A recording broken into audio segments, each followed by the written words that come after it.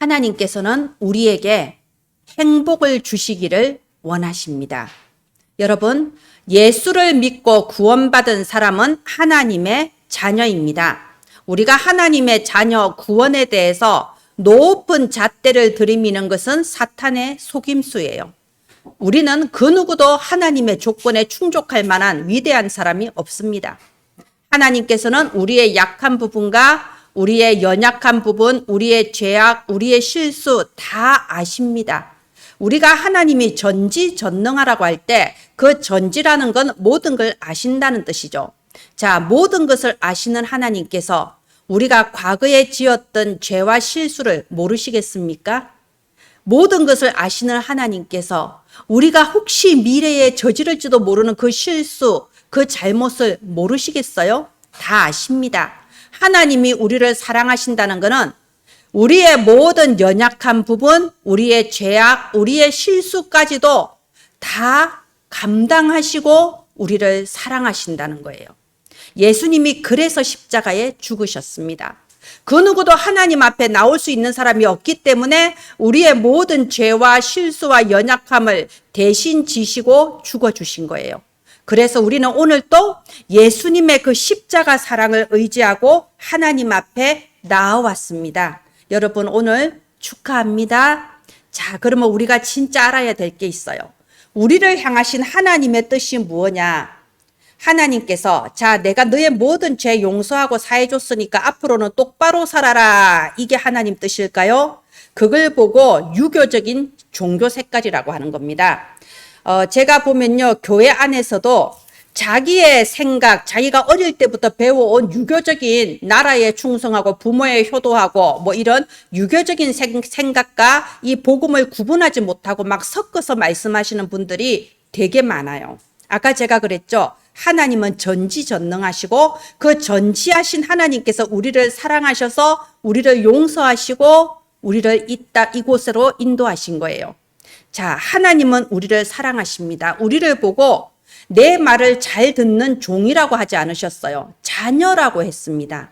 여러분, 자식이 잘못을 저지른다고 뭐 집 나가서 내 자식 아니다. 그 뜻이 아니잖아요. 그죠? 자식한테 공부 열심히 해라라고 말하는 게 네가 공부를 못하면 내 새끼가 아니다. 그 뜻은 아니잖아요. 그죠? 우리를 향하신 하나님의 뜻은 우리의 행복입니다. 우리가 행복하기를 원하세요. 오늘 말씀의 키워드는 행복입니다.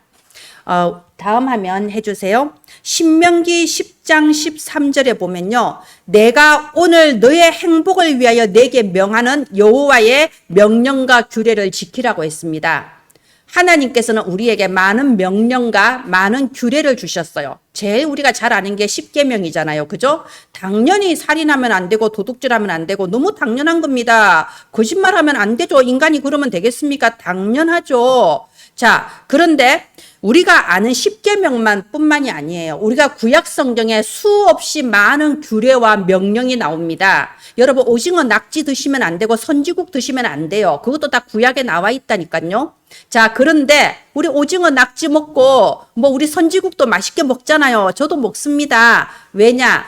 하나님의 본 뜻을 아니까요. 하나님의 본 뜻은 신명기 10장 13절에 내가 오늘 너의 행복을 위하여 이 명령과 규례를 줬다고 되어 있습니다. 하나님은 우리의 행복을 원하시는 거예요. 자, 아이가 학교에 갈 때 가면은 차 조심해라. 아이를 혼내키려고 시키는 게 아니잖아요. 조심해야 되니까. 아이의 행복을 위해서 하는 말이죠. 가면 선생님 말씀 잘 들어라. 학교 갔다 오면 숙제부터 해라. 애를 억압하려고 하는 소리입니까? 아니죠. 선생님의 말씀을 잘 듣고 다녀오면 숙제부터 하고 이런 습관을 몸에 배이는 것이 그 아이의 장래의 행복을 위해서 하는 거잖아요. 하나님의 뜻은 우리의 행복입니다. 특별히 우리가 지금 시편 지난주에는 127편, 이번 주에는 128편을 나누고 있는데요. 여러분, 5월은 가정의 달이라고 다 그러죠. 5월은 가정의 달입니다. 그런데 하나님이 참 절묘하세요. 하나님은 살아계시고 하나님의 말씀의 흐름도 살아있는 흐름이거든요. 그러니까 이 5월 가정의 달에 이 가정의 행복에 대한 말씀 시편 127편, 128편을 우리 은혜나무교회 하나님 선포하시는 거예요. 자, 우리가 신앙 색깔 중에 또 이런 잘못된 신앙 색깔도 있습니다. 나는 하나님을 믿으니까 가정은 별로 중요하지 않아. 나는 하나님이 최고야. 난 복음이 최고야. 내가 뭐 가정을 나는 하나님께서도 가족을 버리라고 했어. 오직 복음 전하라고 했어. 이거는 여러분 약간 잘못된 신앙 색깔이에요. 그렇지 않습니다. 가정과 교회는 별개가 아니에요. 교회와 가정은 같은 겁니다. 신앙과 여러분의 가정은 같은 거예요. 우리가 성경에 보면요. 구약의 가장 최초의 교회가 어디서 시작됐냐? 에덴 동산 아담과 하와의 가정에서부터 최초의 교회가 시작된 거예요. 가정이 곧 교회고 교회가 곧 가정이었어요. 그럼 신약 성경의 교회는 어디서 시작됐냐? 마가의 집, 마가 다락방 그 가정에서부터 교회가 시작된 겁니다. 교회의 출발이 가정이에요. 자, 그리고 또 말씀하시기를 사도행전 16장 31절에 가로되 주 예수를 믿으라. 그리하면 너와 내 집이 구원을 얻으리라. 구원을 설명할 때 처음부터 너와 내 집이 다 구원을 얻으리라. 처음부터 가정의 행복을 약속하셨습니다. 그러면 여러분 마음속으로 이런 생각이 들 거예요. 우리 가정은요 전혀 행복하지가 않아요. 우리 가정은요 세상 사람들이 참 보면 저는 옛날 말들이 참 맞는 말들이 많아요. 옛날에 이런 말이 있었어요. 콩가루 집안이라고. 왜 집안을 그 허다한 것 중에 하필이면 콩가루에 비유했을까요? 콩가루는 산산이 흩어지잖아요. 절대 들러붙질 않아요. 그래서 우리가 떡을 만들어도 콩가루 붙이잖아요. 서로 들러붙지 말라고. 이 사탄은요 분리와 분열의 영이거든요. 가정을 산산이 콩가루처럼 깨려고 합니다. 부부 사이를 이간질하고요. 자녀와 부모의 사이를 자꾸 갈라놓으려고 해요. 이게 사탄이 하는 짓이에요. 그러니까 우리가 예수 믿고 구원을 받아도 한동안은 콩가루 집안을 경험을 하게 됩니다. 왜냐? 원래부터 콩가루였거든요. 원래부터 우상 숭배하면서 분리와 분열을 일으키려는 그 사탄의 그 괴계 속에 있으니까요. 가정이 여러분 행복하지 않아요. 그러니까 더더욱 교회 쪽으로 막 오는 사람들도 있어요. 가정이 행복하지 않으니까 나는 교회에 있는 게 행복하고 전도하는 게 행복하고 그게 잠깐은 그렇게 보일 수 있지만 그게 하나님 원하시는 건 아니에요. 하나님의 뜻은 뭐라고요? 우리의 행복입니다. 하나님은 우리의 가정을요 치유해 주십니다. 여러분 하나님은 질서의 하나님이에요. 하나님의 속성 중에 큰 것이 질서예요. 뭐냐? 우리가 지금은 콩가루 집안 같아도 하나님은 질서에 따라서 우리의 가정을 정리정돈을 해주십니다. 그래서 신앙생활을 오래 하신 분들 집을 보면요. 뭐 크게 뭐 이렇게 막 잘 되거나 그건 없어도요. 가정이 질서정연하게 정돈이 되고 평안이 있는 것을 여러분 보게 됩니다. 그게 바로 하나님의 행복의 뜻이에요. 여기 주보에 보면은 제가 또 칼럼을 조금 바꾸었습니다. 여기 진정 행복한 가정은 어떤 가정일까요? 여러분 한번 읽어보시기를 바랍니다. 사탄은 분리와 분열의 영이라고 했어요. 이 사탄이 가정에 교묘하게 파고들어서 어떻게 역사하냐? 내 뜻대로 되어야 행복한 가정이라고 생각합니다. 많은 남자분들이 가정이라고 하면 모델로 삼는 게 우리 아버지잖아요. 옛날에는 우리 아버지가 집에 들어오면 온 가족이 얼어붙었잖아요. 아버지에게 극강의 예우를 다했죠. 밥을 퍼도 아버지한테는 쌀밥을 주고 가족들은 당연히 보리밥을 먹었고, 그런데 그걸 기준으로 삼다 보니까 우리 가족은 그게 아닌 거예요. 내가 퇴근해서 들어와도 누구 하나 나를 반갑게 맞이하는 사람이 없어. 강아지만 반갑게 맞이해서, 그래서 아빠들이 강아지를 좋아한다고 그러잖아요. 자, 뭐냐? 또 아내한테는 또 어떤 생각을 주냐? 아내는요, 여자는 아무리 나이가 들어도 자기가 공주인 줄 알아요. 참 희한해요, 진짜로. 쟤도 여자지만요. 그러니까 항상 생각하는 게 남편이 나를 정말 백마탄 왕자처럼 나를 이거 해줘야 되는 거예요. 근데 그런 남자는 이 세상에 없어요. 남자도 평안을 찾아서 결혼을 하는 거거든요. 그러니까 아내도 내 뜻대로 안 되니까 맨날 하는 말이 남의 집 여자는 우리 남편이 최수종 같았으면 좋겠고, 그죠? 근데 아니라니까요. 부모도 마찬가지입니다. 항상 모델로 삼는 게 남의 집 자식은 한 달에 용돈을 얼마 준다는데, 그러면 우리 어머니도 옛날에 그랬어요. 남의 집은 한 달에 용돈을 얼마 준다는데, 그러면은 이제 제가 그렇게 말하죠. 엄마, 남의 집 엄마들은 딸한테 이렇게 저렇게 한다더라. 그렇죠. 부모도 자식한테 내 뜻대로 되길 원하는 거예요. 자식도 마찬가지예요. 우리 엄마 아빠 나한테 해준 게 뭐가 있어? 남의 집 부모들은. 그러니까 전부 다 사탄이 내 뜻대로 되는 것이 행복한 가정인 줄 알고 내 기준에 안 맞으면 우리 가정은 잘못된 가정이라고 생각하게 만들고 그래서 분리와 분열을 일으켜서 남편과 아내를 분리시키고 자녀와 부모를 분리시키고 계속해서 분리의 역사를 일으키는 거예요. 그래서 콩가루가 되는 겁니다. 자, 그럼 이게 가정 안에서의 문제로 끝나는 게 아니라니까요. 여러분, 가정 안에 분리와 분열이 일어나면요, 이게 교회에도 영향을 미쳐요. 왜냐? 결국 가정의 연합체가 교회거든요. 교회도 분리와 분열이 일어나요. 그리고 그 속에서 누가 제일 고통받냐? 어린이, 청소년들. 그래서 어린이 문제, 청소년 문제 우리나라에 지금 얼마나 심각합니까? 애들이 가정에 교회에 발둘 곳이 없으니까 밖에서 친구들끼리 놀잖아요. 왜? 친구는 나를 이해해 주니까. 엄마 아빠한테는 배울 게 없고 어른들한테는 배울 게 없지만 요즘 인터넷 들어가면 다 배울 게 많거든요. 누가 부모를 모델로 삼고 부모한테 배웁니까? 인터넷에서 배우죠. 이게 가정을 분리시킨다니까요. 교회가 분리가 되고 자녀들이 분리가 되면서 이것이 결국은 교회의 힘을 빼고 교회가 세계 선교를 할 수 있는 그 힘까지도 잃어버리게 만드는 거예요. 이게 사단의 역사예요. 여러분, 가정 내 문제가 아닙니다. 가정의 문제로 말미암아 성도들을 힘을 빼고 후대를 무너뜨리고 교회가 세계 선교하지 못하도록 세계복음화까지 가로막는다니까요. 걸림돌이 됩니다. 그래서 진정 행복한 가정은 어떤 가정일까요? 여러분, 내 뜻대로 내 기준 삼는 사단의 그 속삭임에 속지 마세요. 딱 답을 내세요. 진짜 행복한 가정은요, 복음 원네스예요. 다 가족들이 다 함께 예수 믿고 구원받은 것이 행복한 가정의 출발입니다. 내 생각, 내 뜻대로 되는 그게 기준이 아니고요. 하나님의 말씀대로 되는 것을 기준으로 삼아야 돼요. 함께 예배드리면서 하나님의 말씀을 기준으로 삼을 때 우리가 서로 치유가 일어나고요. 마음과 생각이 상대방을 이해하게 되는 거고 상대방 입장을 배려하고 도울 수 있게 되는 겁니다. 그래서 가족들이 내 소원대로 되어야 돼! 이게 아니고요. 하나님의 소원, 세계복음화라는 하나의 비전을 향하여 함께 서로 성장해 나가는 거, 그게 바로 진정한 행복한 가정입니다. 자, 그러면 어떻게 그런 행복한 가정을 이룰 수 있을까요? 우리는 못하죠. 우리는 못합니다. 누가 하시나요? 하나님이 하세요.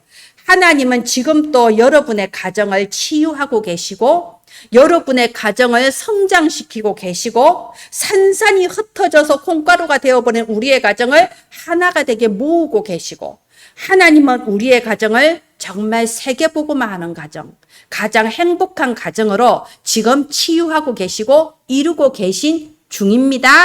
아멘. 예, 다음 화면 해주세요. 오늘 말씀의 제목이 영과 육의 축복입니다. 지난 한 주간 동안 여러분 순례자의 길을 걸으셨나요? 제가 순례자의 길을 지난 한 주간 걸으면서 정말 육신은 피곤한데 영적으로 굉장히 행복하고 또 힘을 얻는 한 주간을 보냈습니다. 오늘은 영과 육의 축복인데요. 오늘의 키워드는 행복이라고 했습니다. 과연 진정한 행복은 무엇인가? 제가 아까 그랬죠. 옛말 그런 거 없다고. 옛말에 이런 말이 있었어요. 호랑이 등에 탄 사람. 이게 뭔 말이냐면요. 어떤 청년이 가다가 아니 호랑이 꼬리를 밟은 거예요. 호랑이인지 몰랐지. 근데 호랑이가 응 하니까 얼마나 놀랐겠어. 호랑이 등에 납작 올라탄 거예요. 왜냐 호랑이가 잡아먹으려니까. 호랑이 등에 올라타니까 이 호랑이는 이 청년을 떨어뜨리려고 막 흔들고 막 하고 나중에는 막 달리는 거예요. 떨어지라고. 떨어지면 잡아먹으려고. 그럼 이 청년은 절대 떨어지면 죽는 줄 아니까 이 호랑이 이게 틀을 꽉 잡고 절대로 안 떨어지고 애를 쓰고 막 붙잡고 있는 거예요. 호랑이가 열심히 뛰다가 힘이 빠지니까 좀 천천히 걸어가기도 해야 되잖아요. 그래서 호랑이가 이제 또 천천히 걸어갔어. 좀 이제 호흡을 가다듬으려고. 그런데 먼 논에서 일하고 있던 농부들이 그 모습을 본 거예요. 그리고 이렇게 말을 합니다. 야, 우리는 형편이 어려워서 평생 농사 짓고 말 한마디도 말도 못하는데 저 사람은 얼마나 팔자가 좋으면 호랑이를 타고 유람을 하냐 그래요. 제가 지금 이게 무슨 뜻인지 알겠습니까? 우리가 저 우러러보는 정치인들 그거 똑같아요. 호랑이 등에서 내려오면 죽거든요. 그러니까 그냥 무작정 앞으로 달려가는 수밖에 없는 거예요. 이걸 놓치면 안 되니까 내가 이번에도 선거에 꼭 이겨야 되고 이걸 놓치면은 내 그 과거의 모든 거 다 드러나고 막 산산조각 나버리거든요. 연예인들도 마찬가지입니다. 여러분 우리 많은 후대들이요. 아이들이 연예인 부러워하고 장래 희망 막 연예인으로 삼고 이러는데요. 그 사람도 또 호랑이 등을 타고 있는 거예요. 그 사람도 이 인기를 잃어버리는 순간에 모든 게 끝나는 걸 아니까 마약 먹어가면서 수면제 먹어가면서 중독되어 가면서 그 호랑이 등을 타고 있는 거예요. 못 견디면 죽는 거예요. 자살하는 거예요. 그것과 같습니다. 과연 참된 행복은 무엇인가? 여러분 아시다시피 이 성경에는 70인역이라는 게 있어요. 이 70인역이란 건 뭐냐? 예전에 그 알렉산더 대왕이 전 세계를 정복을 하고 나서 완전 이제 위대한 대왕이죠. 전 세계 정복하고 자식을 남기지 못하고 죽었습니다. 4명의 그 장군들이 이 유럽과 아시아를 나누어서 각자 통치했는데 이집트를 통치하고 있던 게 톨레미 2세라는 왕이었어요. 이 왕이 권세도 있고 군대도 있고 백성도 있고 돈도 있는데 행복을 찾을 수가 없는 거예요. 그래서 자기가 답을 낸 거예요. 저 히브리 민족을 보니까 나라가 망하고 이제 끌려오고 맨날 망했다가 섰다가 그런데 이상하게 현명하단 말이에요. 이상하게 똑똑해요. 뭔가 자기들은 열심히 하나님 믿거든요. 그래서 이 톨레미 2세가 저기 예루살렘에 당시에 제사장이 엘르아살 제사장이었는데 제사장한테 편지를 보냈습니다. 편지 보내면서 너희들이 믿는 그 성경을 좀 나한테 번역을 해달라. 히브리어로 되어 있으니까 알아볼 수가 없잖아요. 당시에는 헬라어가 전 세계를 장악하고 있었거든요. 그래서 성경을 헬라어로 번역을 해달라. 그러면서 그냥 보냈겠습니까? 당시에 국가 예산이 그 한 해에 1달란트로 국가 예산을 삼다만 100달란트를 보낸 거예요. 어마어마한 돈을 보내고요. 또 그뿐만이 아닙니다. 그때 당시에 이집트에 잡혀와 있던 유대인 노예들이 약 11만 명. 엄청나죠?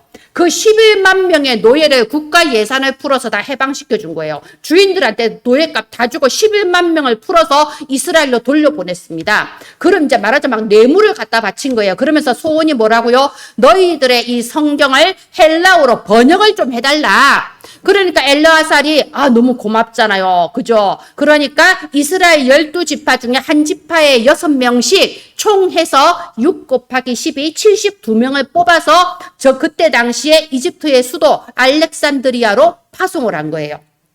그래서 이 72명이 알렉산드리아에서 약 100년에 걸쳐서 구약 성경을 번역을 한 게 70인역이란 성경이에요. 지금 우리가 보는 이 모든 성경, 전 세계 여러 언어로 되어 있는 이 성경들은 모두 이 70인역을 기본으로 해서 만들어진 성경입니다. 자, 그러면 우리가 알 수 있잖아요. 그 어마어마한 국가 예산을 풀어서 이 톨레미 2세가 그렇게 한 이유가 뭘까요?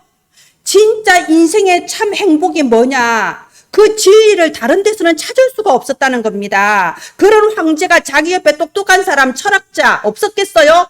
다 있는데도 찾을 수가 없다는 겁니다. 여러분 헬라 아시죠? 헬라는요 철학의 그 문화예요. 헬라 문화 자체가 철학의 문화잖아요. 그런데 아무리 해봐도 인생의 답을 찾을 수가 없어. 그래서 70인역이란 성경이 이 땅에 나온 겁니다. 우리도 나의 참된 행복이 무언가 성경에서 오늘 답을 찾는 겁니다. 자, 육신의 복, 제가 영과 육의 복인데요. 많은 기독교인들이 육신의 복이 뭐가 중요하냐, 좀 수준 낮다, 영의 축복이 영적인 복이 중요하지. 여러분 아닙니다.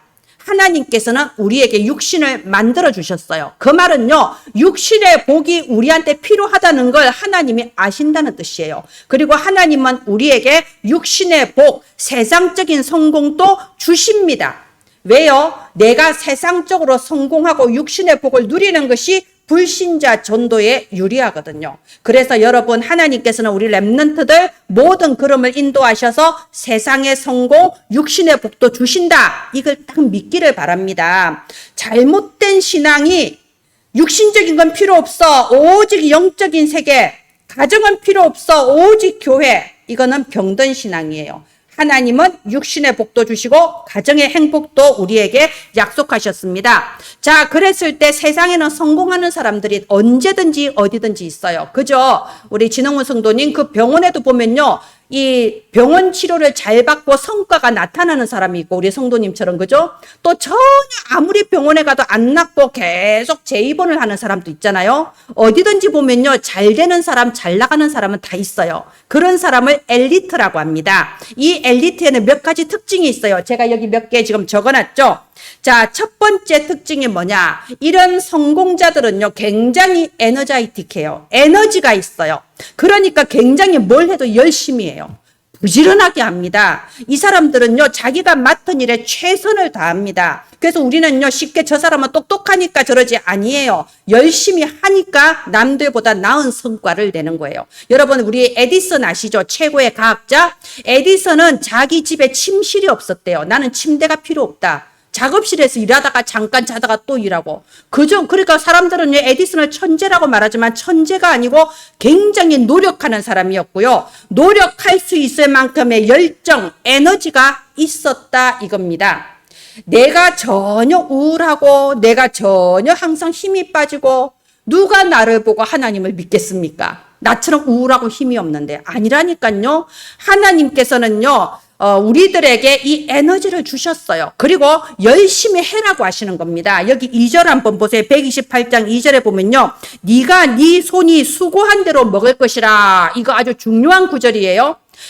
제가 처음에 이렇게 복음 들었을 때 아주 항상 들은 말이 이 말이야. 힘써도 안 되고 애써도 안 되고 열심히 해도 안 되고 열심히 한다고 구원받냐? 하나님이 은혜를 베푸셔야 구원받지. 그런데 이걸요 여러분 잘못 해석하면요 무기력증에 걸려요. 힘써도 안 되고 애써도 안 되고 열심히 해도 안 되고. 그럼 열심히 하지 말란 뜻입니까? 열심히 해도 살까 못 살까는 이 세상에서 열심히 하지 말란 뜻입니까? 그 뜻이 아니라니까요. 저는 그 말을 들었을 때 어떻게 해석이 됐냐면 지금까지는 아무리 열심히 해도 헛수고였는데 이제는 열심히 하면 열심히 하는 대로 되는 그게 구원이구나. 저는 그렇게 해석됐습니다. 이게 맞는 말이에요. 우리가 창세기 3장 18절에 보면요. 저주가 나오죠. 이 아담이 원죄를 저지르고 나서 저주가 나오는데 땅이 전체가 저주를 받았다고 돼 있어요. 이 우주가 저주를 받은 거야. 그래서 네가 아무리 수고해서 농사를 지어도 땅은 너에게 가시덤불과 엉겅퀴밖에 안 낼 것이라고 돼 있어요. 그러니까 허리가 휘도록 고생을 해야 되는 거야. 이 입에 밥을 넣기 위해서는. 그게 이 땅의 저주예요. 아무리 수고하고 애써도 헛수고인 거예요. 여러분 맞잖아요. 농부가 여름에 그 땡볕에 열심히 고추무를 심었는데 가을에 태풍 불어서 고추무가 다 뽑힌다고 생각해 보세요. 열심히 평생 애쓰고 살아도 내가 노력한 만큼 성과가 돌아오지 않는다고 느낀 적이 없던가요? 그게 창세기 3장의 저주라니까요. 그런데 복음이라는 게 뭐냐? 이게 끝난 거예요. 이제는 수고한 만큼 내가 노력한 만큼 내가 열심히 한 만큼 돌아오는 것이 바로 복음의 축복입니다. 여러분 열심히 하시기 바랍니다. 부지런히 하시기 바랍니다. 내가 하는 일에 대해서 연구하시고 더 잘할 수 있도록 방법을 찾으시기를 바랍니다. 우리 집사님 새벽 3시에 출근하신다면서요. 새벽 1시? 3시. 존경스럽습니다. 새벽 3시에 출근하신대요. 열심히 해야 된다니까요. 우리는 불신자보다 더 열심히 해야 돼요. 나는 하나님 자녀니까 가만히 있어도 복 받는다. 여러분 틀린 신앙이에요. 보면 틀린 신앙, 병든 신앙이 되게 많습니다. 그리고 이런 성공하는 사람, 잘 나가는 사람들의 특징이요. 사실적이고 본질적이고 창조적입니다. 제가 3가지로 나눠놨지만 결국 같은 말이 딱 연결되는 거예요. 예전에는 우리가 이런 동사무소나 시청 이런 데 가면요. 서류가 뭐가 복잡해요. 그냥 출생신고 한번 하려도 얼마나 적어내야 되는 게 많은지 몰라. 그게 뭐냐? 사실성이 떨어져서 그래요.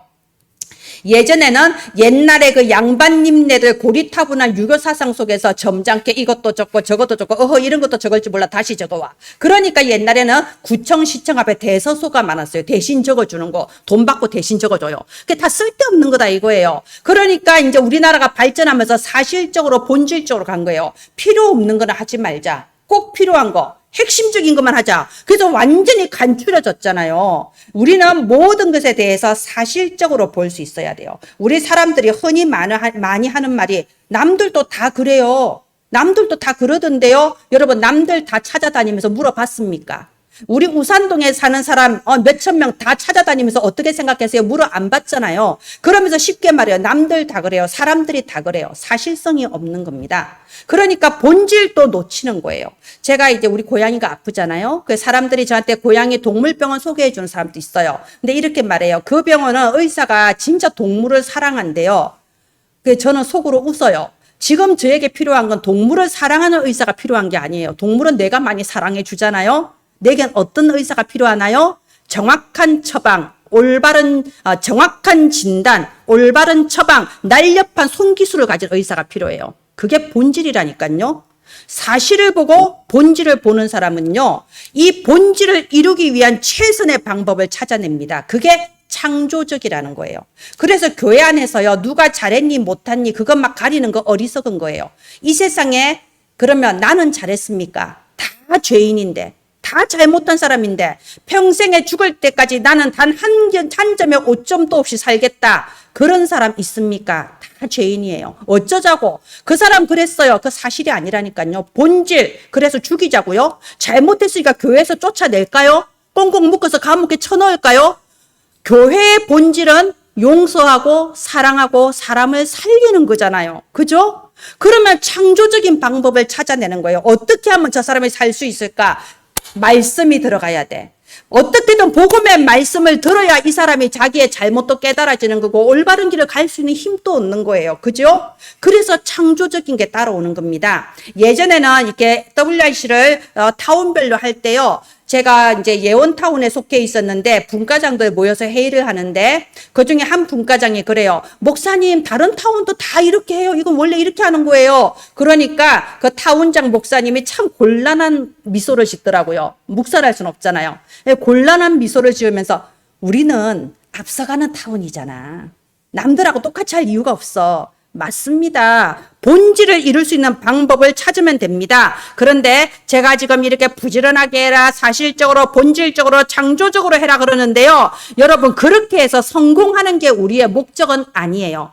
불신자들은 성공하는 게 목적이니까요. 그게 끝이니까 거기에서 한계가 오잖아요. 그래서 열심히 공부해서 의사도 되고 뭔가 정치인도 됐는데 거기에서 더 무엇을 찾을 게 없으니까 한계가 오고 그래서 중독에 빠지게 되고 자살도 하고 그러는 거잖아요. 우리는 성공은 시작일 뿐입니다. 요셉이 총리 된 게 목적이 아니고 총리가 된 후에 애굽 전체에 이 복음을 선포하는 것이 목적이었고 이 다윗이 왕이 된 게 목적이 아니고 왕이 된 뒤에 성전을 건축해서 후대한테 복음을 전달하는 게 목적이었잖아요.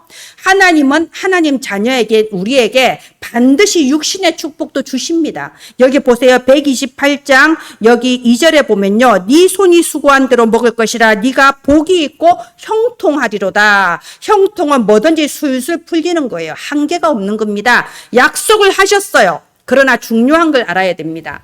우리는 당연히 불신자보다 더 노력하고 더 성공해야 되는 건 맞지만 진짜 응답과 축복은 나의 노력에서 오는 것이 아니고 하나님이 주시는 거예요.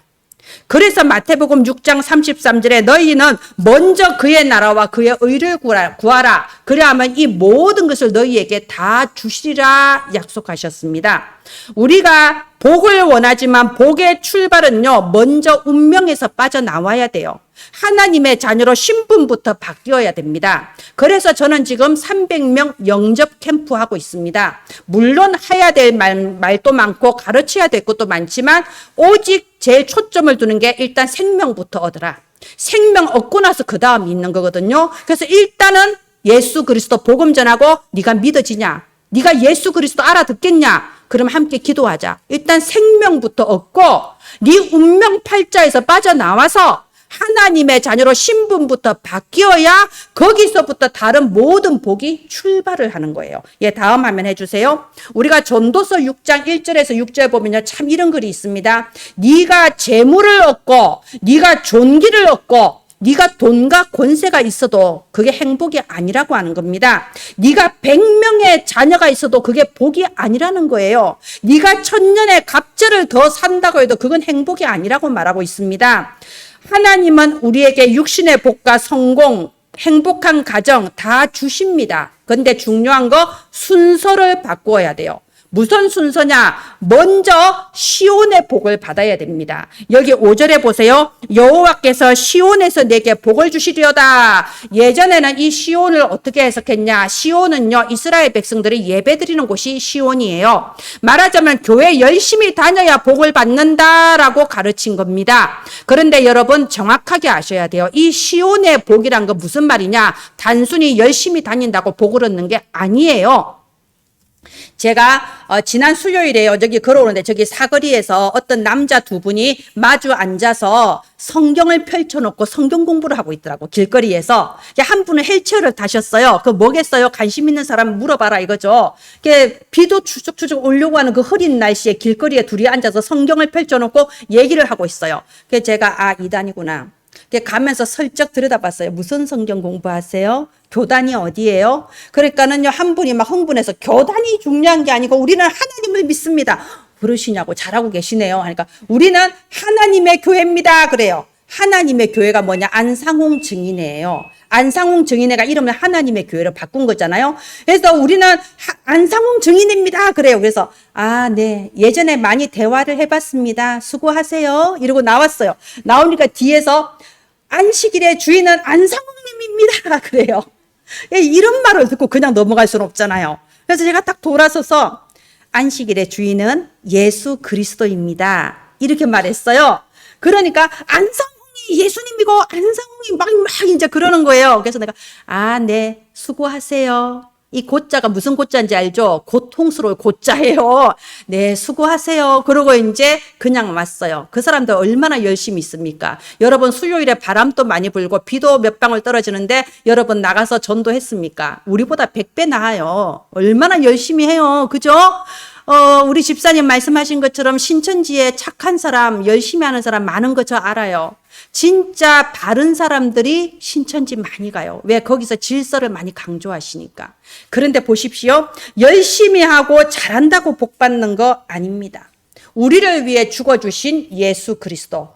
정확한 복음을 깨달아야 복을 받는 겁니다. 이 복음이 얼마나 좋은 거냐, 이 구원받은 나는 얼마나 행복한 사람이냐, 구원의 행복을 알고 누리는 사람이 시온의 복을 누리는 거예요. 그래서 우리 저기 저 딱 붙여놨잖아요. 이스라엘이여 너는 행복한 사람이다. 여호와의 구원을 받은 너같이 받은 백성이 어딨냐. 여러분 우리가 구원받을 만한 자격이 있습니까? 구원받을 만큼 교회에서 열심히 합니까? 안 하잖아요. 그런데 우리를 사랑하시고 우리를 위해 죽으시고 우리를 구원해 주셨다니까요. 내가 그걸 알고 그것 때문에 행복할 줄 아는 게 첫 번째 시작이에요. 자, 그런 사람은요, 이제 하나님이 주시는 복음의 능력을 누리기 시작합니다. 빌립보서 4장 13절에 내게 능력 주시는 자 안에서 내가 모든 것을 할 수 있느니라. 하나님은 전지전능하시고 그분은 지금 또 나와 함께 하세요. 내 행동을 가지고 조건을 묻지 않으시고 나와 함께 하시면서 내 기도를 들으시고 내게 축복, 복을 주시는 거예요. 세상을 치유할 수 있을 만큼, 세상에 전도할 수 있을 만큼 나를 성공의 자리로 인도하시는 겁니다. 목적이 뭐냐? 세상을 다스리는 게 목적이 아니에요. 세상을 살리라는 거예요. 사람을 살리고 세상을 치유하는 걸 5글자로 뭐라고 하나요? 세계복음화. 이 세계복음화를 위하여서 우리에게 복을 주시는 겁니다. 그래서 여러분 이 순서를 아세요. 내가 먼저 구원의 그 행복을 누리시기를 바랍니다. 내가 기도하면서 복음의 능력을 내 것으로 체험하기를 바랍니다. 그래서 나는 세상을 살리는 사람이다. 확실한 비전을 붙잡기를 바랍니다. 마지막 화면 해주세요. 마지막 화면이지만 이제부터 시작입니다. 여러분, 자, 이제부터 우리는 시작하는 거예요. 우리가 여기 4절에 보면요, 여호와를 경외하는 자는 이같이 복을 얻으리로다. 하나님께서는 우리에게 영의 축복과 육의 축복을 다 약속했습니다. 혹시 나는 지금까지 아무리 수고하고 애써도 내 손에 잡히는 거는 엉겅퀴와 가시덤불밖에 없더라. 내가 살아온 세월이 헛되다. 열심히 해봤자 소용없더라. 이럴 수도 있었습니다. 그런데 오늘 말씀의 흐름을 여러분 붙잡기를 바랍니다. 이 시간표에 여호와를 경외하는 자는 이같이 복을 얻으리로다. 이제부터 시작하라고 하십니다. 혹시 나는 이미 나이가 많다. 여러분, 바울은 70살 노인이 되어서 감옥에 갇힌 상태에서 내가 표대를 향하여 위에서 부르신 부름의 상을 위하여 달려가노라. 빌립보서 3장 14절에 이렇게 고백했습니다. 내가 지금 어떤 상황에 있어도 하나님은 나에게 주신 미션이 있어요. 그러면 그 비전을 붙잡으면 돼요. 여러분 가슴 속에 세계복음화라는 비전이 딱 붙잡아지면 돼요. 나는 세계복음화의 사람이다. 이 비전만 붙잡으면 하나님은 지금부터 새 일을 하시는 겁니다. 혹시 지금 나는 아직 어리다. 우리 랩런트들은요. 그릇만 준비하면 돼요. 그래서 제가 아까 육신의 복에서 에너지, 열심히 해라.